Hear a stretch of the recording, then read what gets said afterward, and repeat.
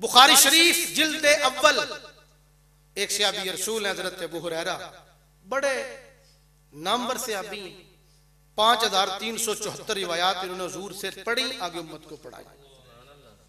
आप बयान किया करते थे, बुखारी के अंदर रिवायत मौजूद है सफ़ा नंबर 509 पे, आप कहा करते थे कि मेरे रसूल पाक ने फरमाया था, हलाकु उम्मती अला ऐदी गिलमतिन मिन कुरैश, फ़क़ाल मरवानुन गिलमतुन, क़ाल अबू हुरैरा इन शैतान सुम्मियहुम बनी फुलान व बनी फुलान औ कमा क़ाल। तो 50 साल पहले मेरे आका ने फरमाया था कि मेरी उम्मत की बर्बादी कुरैश के लड़कों के हाथों होगी। ये यजीद भी कुरैशी था, अमर बिन साद भी कुरैशी था। तो जब ये बात की मरवान बिन हकम ने अबू हुरैरा से पूछा, गिलमतुन, वो लड़के कुरैशी होंगे? अबू हुरैरा ने फरमाया, इन शैतान उसम्मियहुम बनी फुलान व बनी फुलान, अगर तेरा जी करे तो मैं नाम ना बता दूं उनके, क्या क्या नाम है। पता चला कि हजरत अबू हुरैरा को उन बदबख्तों के नाम भी आते थे। ये शान है खिदमतगारों की, सरदार का आलम क्या हो। रसूल पाक ने 50 साल से भी पहले ये इरशाद फरमा दिया था। तो ये इल्म गैब पर ये चीज दलालत नहीं तो और क्या। सफा नंबर 509 पर रिवायत मौजूद है, एक मुनाफिक था जिसका नाम था जुल्खवैसरा।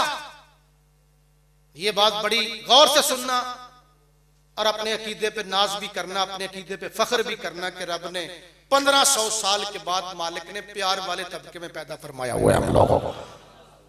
एक जंग का मौका था, जंग के इख्तिताम पे हुजूर माल गनीमत तकसीम फरमा रहे थे। ये आ गया जुल्खवैसरा, आके कहता, ए दिल या मोहम्मद, ए मोहम्मद अदल करो, ए मोहम्मद अदल करो। हुजूर को कहता है अदल करो। तो मेरे आका ने फरमाया, वैला का मैं या दिल इजालम आदिल, फरमाया तेरा बेड़ा गर्क हो जाए अगर अदल मैं भी नहीं करूंगा तो फिर अदल करेगा कौन। फरमाया तेरा खाना खराब हो जाए अगर अदल मोहम्मद अरबी भी नहीं करेगा तो फिर अदल करेगा कौन। हजरत उमर ने अर्ज की, हुजूर मुझे इजाजत उसका सर तन से जुदा कर दो। फरमाया नहीं उमर, इसके सर तन से जुदा नहीं करना। अर्ज की, आका क्यों? फरमाया कि थोड़े अरसे के बाद इसकी नस्ल से और इसके हम ख्याल कुछ लोग पैदा होंगे, इतना कुरान पढ़ेंगे, इतना कुरान पढ़ेंगे तुम समझोगे कि हमें कुरान पढ़ना आता ही नहीं। हालांकि हजरत उस्मान गनी 2 रक्तों में पूरा कुरान तिलावत कर जाया करते थे। 2 नफलों में पूरा कुरान पढ़ने वाले का नाम उस्मान गनी। घोड़े की रिकाब में पांव रखते मौला अली, दूसरी रिकाब में पांव रखने से पहले पहले मौला अली सारा कुरान पढ़ जाता था। फरमाया कि इतना कुरान पढ़ेंगे कि तुम समझोगे कि हमें कुरान पढ़ना आता ही नहीं। नमाजें इतनी पढ़ेंगे कि तुम अपनी नमाजों के इनके सामने हकीर समझोगे। रोजे रखेंगे। सरकार ने फरमाया लेकिन दीन से इस तरह कोरे के कोरे निकल जाएंगे जिस तरह के तीर आए, जानवर को लगे और निकल जाए। उस तीर को ना जानवर का गोबर लगा, ना जानवर का खून लगा। तीर आया, कोरे का कोरा निकल गया, ना जानवर का खून लगा, ना जानवर का गोबर लगा।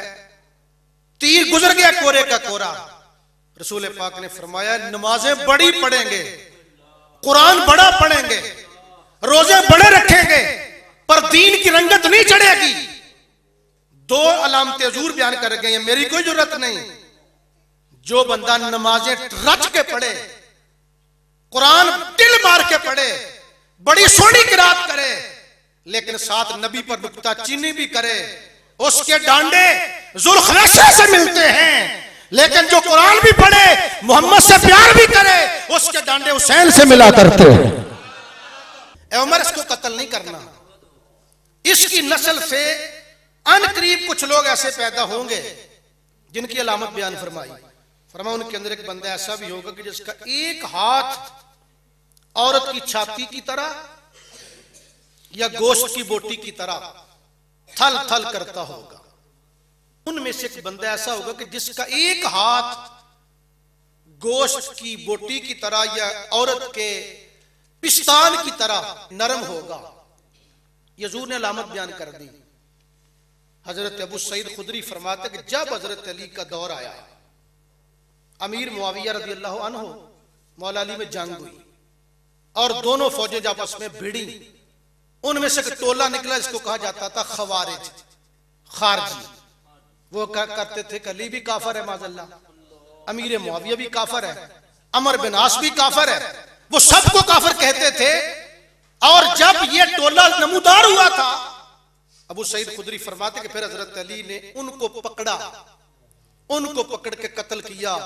जो अलामत मुस्तफा करीम ने कम अज कम 30 साल पहले बयान फरमाई थी, वो अलामत 30 साल के बाद नमूदार हुई। उस टोले में एक बंदा ऐसा भी था जिसका एक हाथ गोश्त की बोटी की तरह नरमो नाजुक था।